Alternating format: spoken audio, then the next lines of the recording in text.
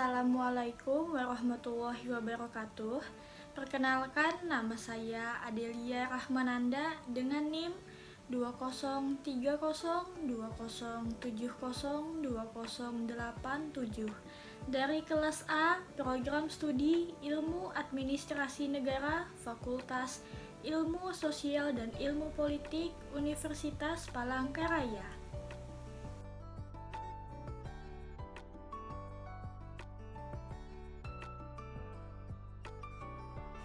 Di sini saya akan menjelaskan dan membahas tentang penalaran. Yang pertama, saya akan menjelaskan tentang pengertian penalaran. Penalaran adalah proses berpikir yang bertolak dari pengamatan indera atau pengamatan empirik yang menghasilkan sejumlah konsep dan pengertian. Dalam proses berpikir itu, seseorang menghubung-hubungkan data atau fakta hingga sampai pada suatu simpulan. Data atau fakta itu kemudian dinalar dan data yang dinalar itu boleh benar dan boleh tidak benar. Seseorang akan menerima data atau fakta yang benar dan menolak data yang tidak benar. Berdasarkan pengamatan yang sejenis, juga akan terbentuk proposisi-proposisi yang sejenis. Berdasarkan sejumlah proposisi yang diketahui atau proposisi yang dianggap benar, orang akan menyimpulkan sebuah proposisi baru yang sebelumnya tidak diketahui.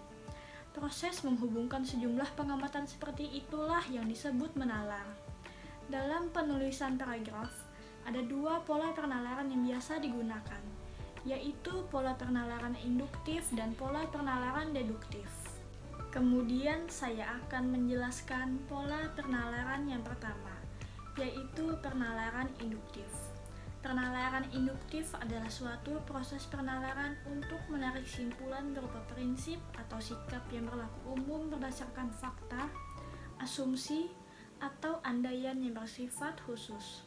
Penalaran induktif ini berpangkal pada empiris untuk menyusun suatu penjelasan, teori, atau kaidah yang berlaku umum. Hal yang umum itu berupa generalisasi, simpulan, atau rampatan. Ada 3 jenis pengambilan simpulan berdasarkan penalaran induktif, yaitu dengan analogi, generalisasi, dan hubungan kausal atau sebab akibat. Setelah itu, saya akan menjelaskan tentang pengambilan simpulan berdasarkan penalaran induktif yang pertama, yaitu penalaran induktif analogi. Penalaran induktif analogi adalah proses penyimpulan berdasarkan kesamaan data atau fakta. Analogi dapat juga dikatakan sebagai proses membandingkan dua hal yang berlainan berdasarkan kesamaannya. Kemudian berdasarkan kesamaannya itu ditarik suatu simpulan. Dengan kata lain, analogi merupakan suatu proses yang bertolak dari peristiwa atau gejala khusus yang satu sama lain memiliki kesamaan untuk menarik sebuah simpulan. Titik tolak penalaran ini adalah kesamaan karakteristik di antara dua hal, sehingga simpulannya akan menyiratkan bahwa yang berlaku pada satu hal akan pula berlaku untuk hal lainnya. Dengan demikian, dasar simpulan penalaran ini merupakan ciri pokok atau esensi dari dua hal yang dianalogikan. Kemudian yang kedua adalah penalaran induktif generalisasi. Generalisasi merupakan suatu proses penalaran yang bertolak dari sejumlah gejala atau peristiwa yang serupa untuk menarik simpulan mengenai semua atau sebagian dari gejala atau peristiwa itu. Jumlah data atau peristiwa khusus yang dikemukakan harus mencukupi dan dapat mewakili. Generalisasi diturunkan dari gejala-gejala khusus yang diperoleh melalui pengalaman, observasi, wawancara, atau studi dokumentasi. Sumber data itu dapat berupa dokumen, statistik, kesaksian, pendapat ahli, dan peristiwa-peristiwa di sekitar kita seperti politik, sosial ekonomi, atau hukum.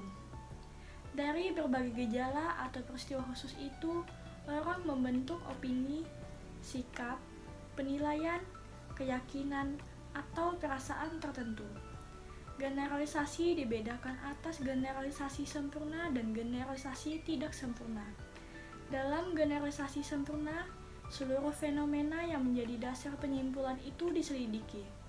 Generalisasi semacam ini memberikan simpulan yang sangat kuat. Sementara itu, Generalisasi tidak sempurna merupakan generalisasi berdasarkan sebagian fenomena untuk mendapatkan simpulan yang berlaku bagi fenomena sejenis yang belum diselidiki. Kemudian yang ketiga adalah penalaran induktif hubungan kausal atau sebab akibat. Hubungan kausal merupakan bentuk penalaran yang diperoleh dari gejala-gejala yang saling berhubungan. Penalaran induktif melalui hubungan sebab akibat adalah penalaran yang bertolak dari hukum kausalitas bahwa semua peristiwa di dunia ini terjadi dalam rangkaian sebab akibat. Di dunia ini tidak ada suatu kejadian apapun yang muncul tanpa penyebab dan tidak ada satupun gejala terjadi tanpa sebab. Dalam kehidupan sehari-hari, terutama dalam dunia ilmu pengetahuan, hubungan kausal ini sering kita temukan. Misalnya antara hujan turun dan jalan becek, atau antara seseorang yang menderita penyakit kanker darah dan meninggal dunia. Keduanya ada hubungan sebab akibat. Dalam kaitannya dengan hubungan kausal ini, terdapat 3 hubungan antar masalah, yaitu sebab akibat, akibat sebab, dan akibat akibat. Setelah itu, saya akan menjelaskan hubungan antar masalah yang pertama, yaitu hubungan sebab akibat. Dalam hubungan sebab akibat ini, polanya adalah A menyebabkan B. Namun A juga dapat menyebabkan B, C, D, dan seterusnya. Jadi, efek dari suatu peristiwa dianggap menjadi penyebab lebih dari satu keadaan. Dalam kaitannya dengan hubungan kausal ini, diperlukan kemampuan penalaran seseorang untuk mendapatkan simpulan penalaran. Hal ini akan terlihat pada suatu penyebab yang tidak jelas terhadap suatu akibat yang nyata. Kemudian yang kedua adalah hubungan akibat sebab. Hubungan akibat sebab merupakan kebalikan dari hubungan sebab akibat. Dalam hubungan akibat sebab ini, suatu keadaan atau kondisi merupakan akibat dari serangkaian atau berbagai peristiwa. Hubungan akibat sebab ini dapat kita lihat pada peristiwa, misalnya seseorang yang pergi ke dokter. Ke dokter merupakan akibat dan sakit menjadi sebab. Dalam penalaran akibat sebab ini, peristiwa sebab merupakan simpulan. Dan yang terakhir adalah hubungan akibat-akibat. Dalam hubungan akibat-akibat, sebuah peristiwa atau keadaan langsung disimpulkan akibat yang ditimbulkannya. Seseorang langsung menghubungkan peristiwa tersebut dengan peristiwa atau kejadian yang mengakibatkannya meskipun tidak disebutkan dalam pernyataan. Dengan kata lain, dalam penalaran ini, suatu akibat sudah menyeratkan penyebabnya. Suatu kejadian atau peristiwa yang merupakan akibat langsung disimpulkan pada suatu akibat yang lain. Kemudian, pola penalaran yang terakhir adalah penalaran deduktif. Penalaran deduktif merupakan proses pengambilan simpulan berdasarkan hal-hal khusus. Proses penalaran ini disebut deduksi. Dalam penalaran deduktif ini, simpulannya dibentuk dengan cara deduksi, yaitu dimulai dari hal-hal umum menuju ke hal-hal yang khusus atau yang lebih rendah.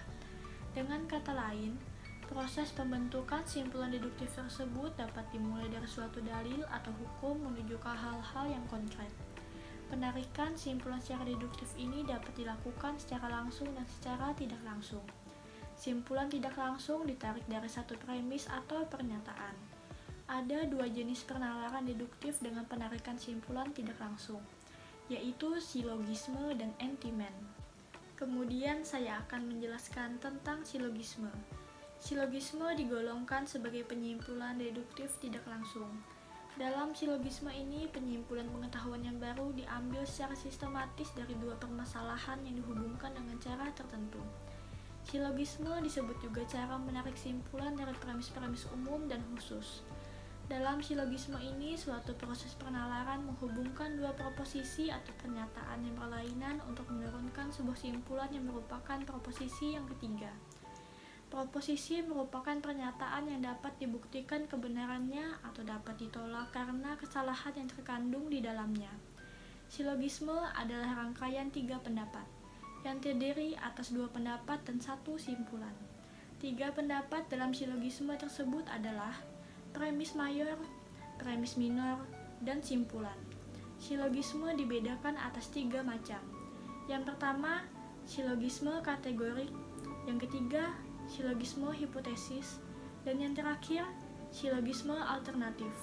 Silogisme kategorik adalah silogisme yang semua proposisinya mempunyai proposisi kategorik.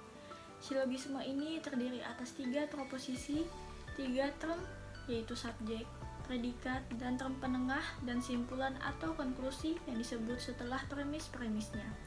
Kemudian, silogisme hipotesis merupakan silogisme yang premis mayornya berupa keputusan hipotesis dan premis minornya merupakan pernyataan kategoris. Kemudian yang terakhir adalah silogisme alternatif, merupakan silogisme yang premis mayornya berupa premis alternatif, premis minornya membenarkan salah satu alternatifnya, dan simpulannya menolak alternatif yang lain. Dalam ketiga jenis silogisme ini, kebenaran simpulan diterima apabila premis-premisnya diterima. Kemudian jenis penalaran deduktif dengan penarikan simpulan tidak langsung yang terakhir adalah entimen. Entimen adalah penalaran deduksi secara langsung yang premisnya dihilangkan atau tidak diucapkan karena sudah sama-sama diketahui. Dengan kata lain, entimen merupakan suatu proses penalaran dengan menghilangkan bagian silogisme yang dianggap telah dipahami. Di dalam paragraf, bentuk penalaran deduktif selalu diawali oleh pernyataan umum yang merupakan kalimat topiknya. Kalimat topik itu kemudian diikuti oleh kalimat-kalimat penjelas yang berupa data atau fakta dalam bentuk ciri-ciri, gejala-gejala, atau fenomena khusus. Demikianlah penjelasan dan pembahasan saya mengenai penalaran. Apabila ada kesalahan kata, mohon dimaafkan. Assalamualaikum warahmatullahi wabarakatuh.